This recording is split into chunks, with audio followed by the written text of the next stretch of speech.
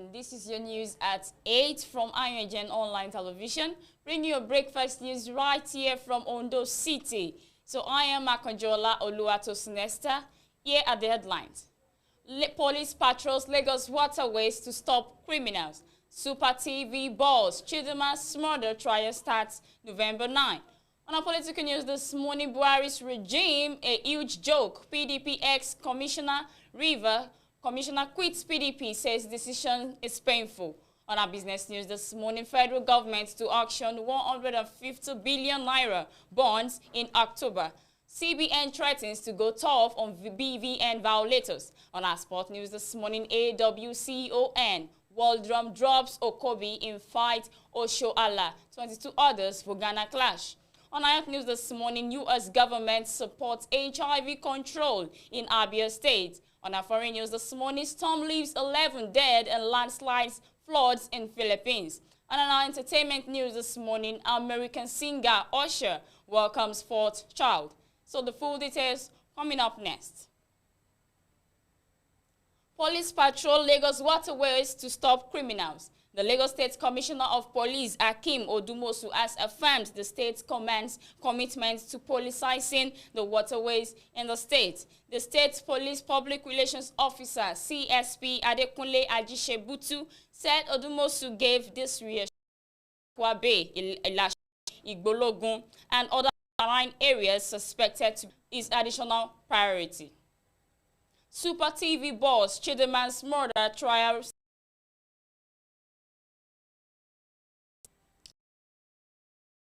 11 mass communication students of the University of Lagos, who is alleged to have murdered the Super TV Chief Executive Officer Michael Ataga, has pleaded not guilty to the crime. Chidima, alongside one Adedapo Kodri, who is also a key suspect in the murder case, pleaded not guilty to 8 counts bordering on murder, forgery, and stealing. The 2 accused were arraigned before Justice Yetunde of the Lagos State High Court sitting.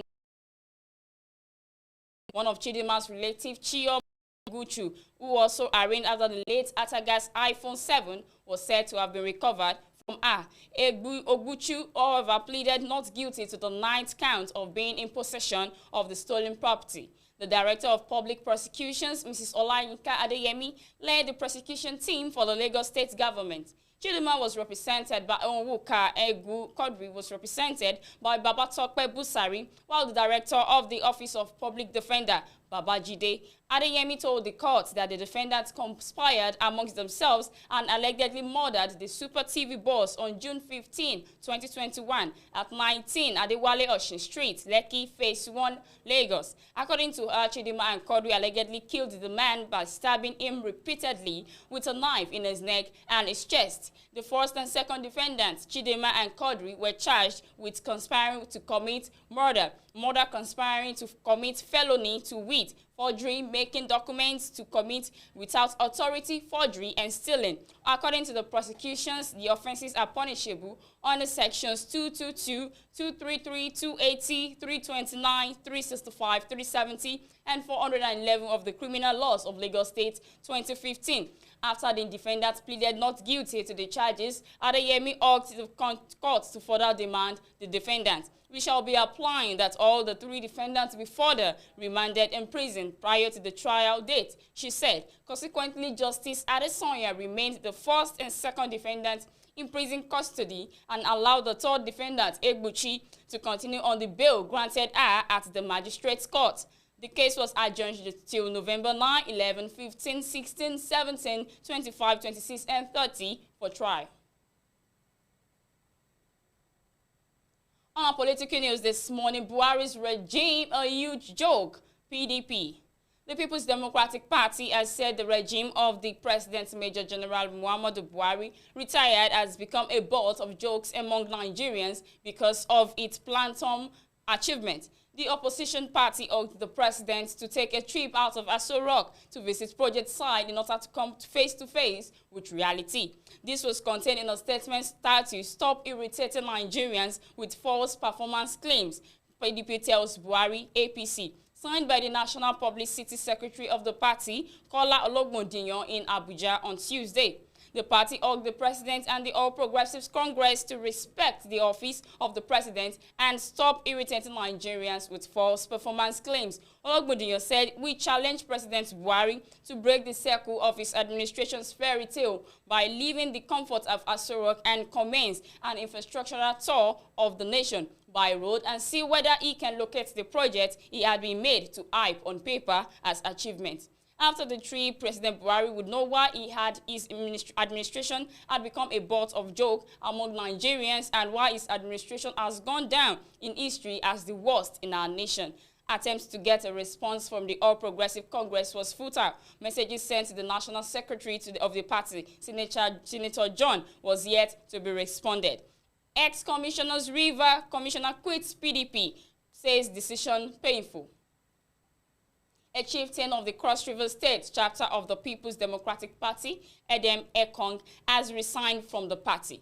Ekong announced his resignation in a letter addressed to the state's PDP chairman through the chairman of Idundu Ayanga Nse Ward in Akpabuyo local government area. In the letter titled "Resignation as a Member of the PDP," Ekong said, "It is with deep sense of regret that I am constrained to tender my resignation as a member of the People's Democratic Party, Idundu Ayanga Nse Ward in Akpabuyo local government area of Cross River State. I arrived at the above conclusion that I have no other option than this." Ekong was a one-time commissioner in charge of Ministry of Lands and Director General of Department of Public Transportation. Honor Business said on Tuesday that the federal government will offer 150 billion naira bonds for subscription in October. A circular by the DMO on its website showed that the breakdown of bonds consisted of 3 bonds worth 50 billion naira each. They are 10-year reopening bond to be offered at the rate of 12.50% and mature in January 2026. A 20-year reopening bond to be offered at 16.2499% and mature in April 2037.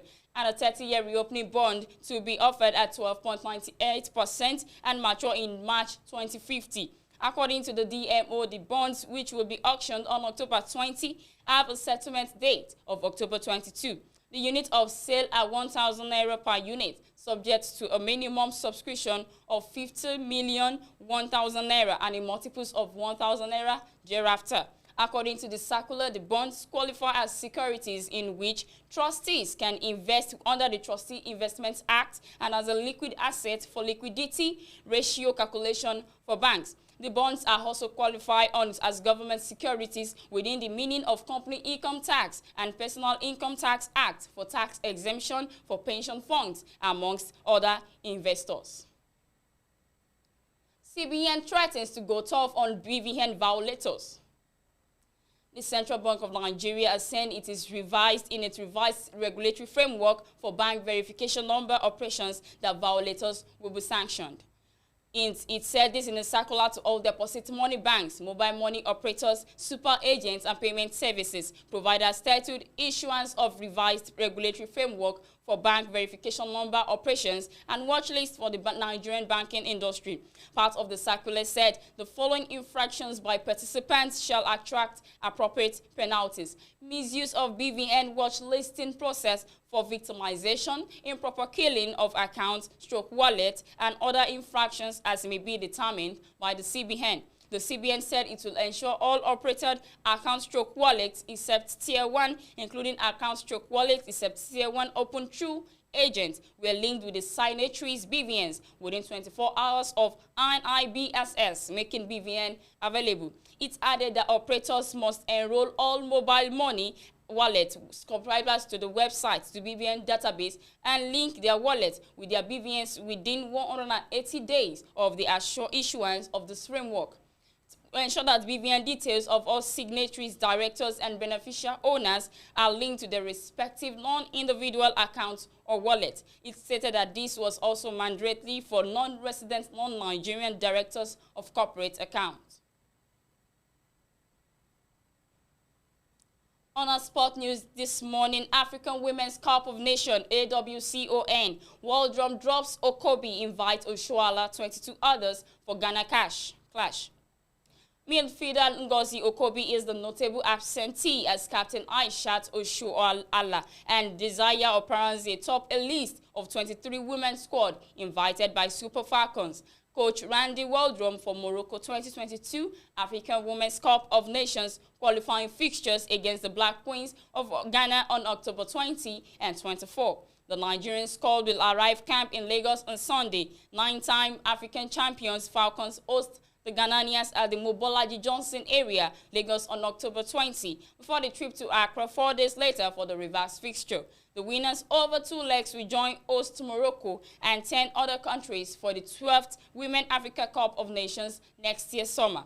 Waldrum also invited goalkeeper Chiamaka Nnadozie, experienced defender Osinachi Ohale, midfielders Rashidat Ajibade and Regina Otu, as well as forwards Gift Mondays and Vivian Ikechukwu. There are also defenders Glory Ogbonna, midfielders Rita Chiwekalu and Tony Payne, and forwards Uche Nakanu and Francisca Odega.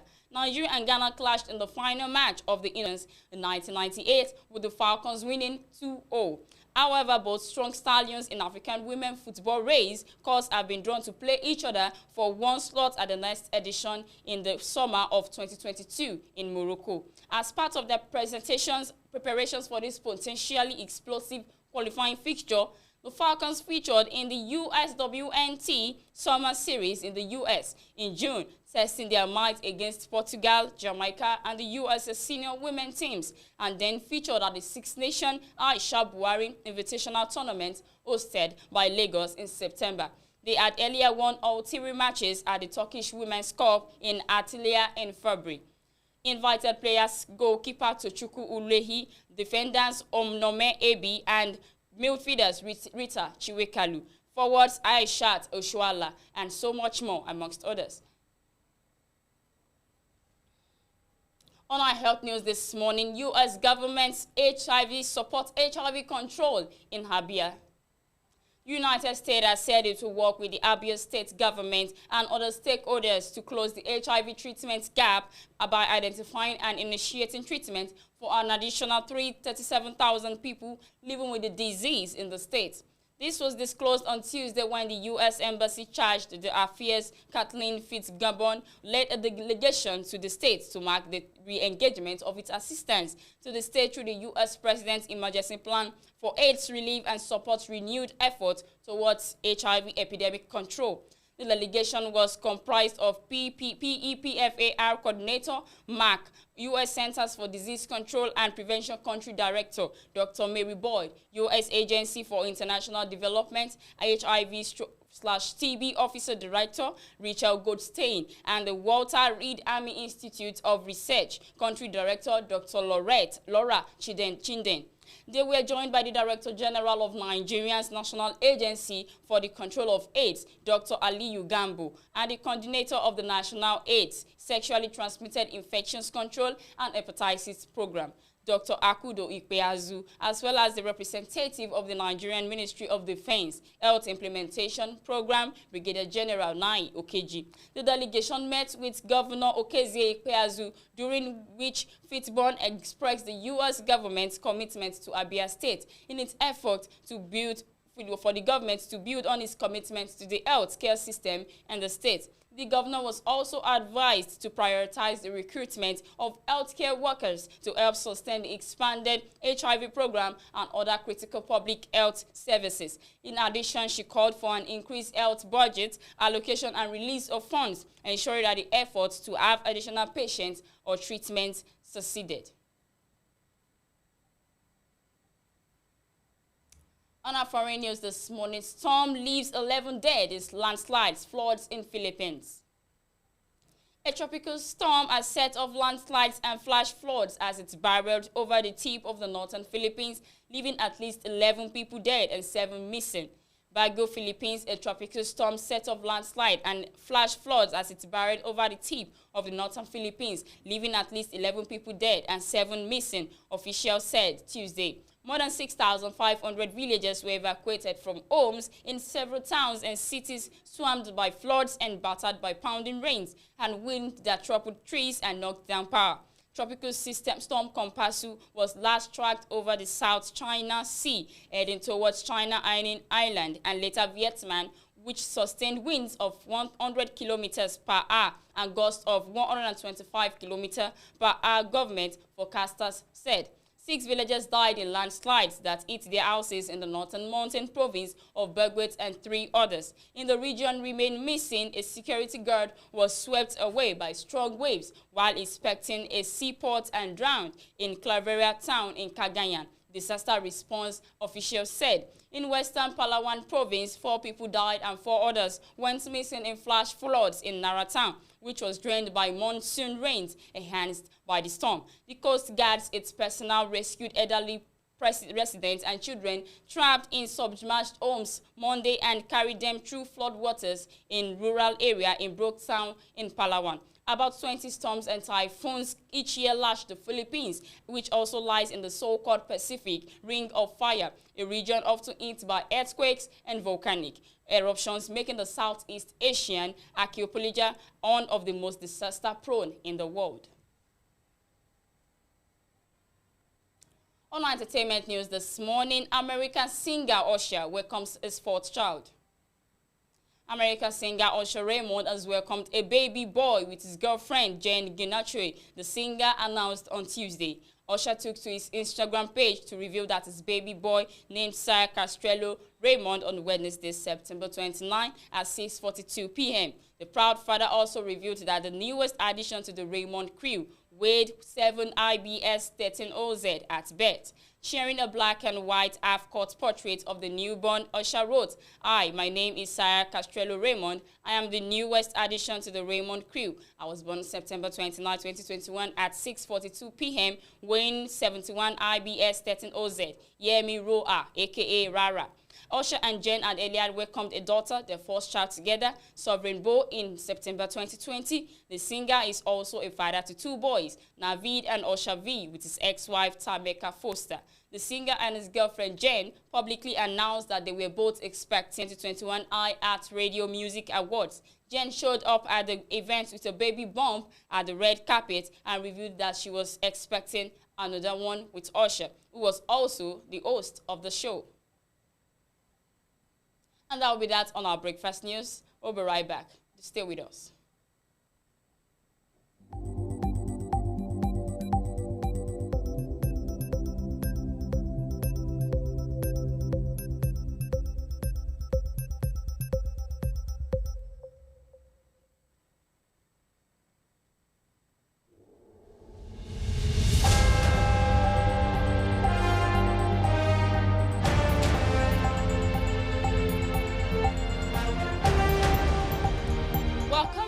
Highlight of our breakfast news this morning. On our local news, police patrol Lagos waterways to stop criminals.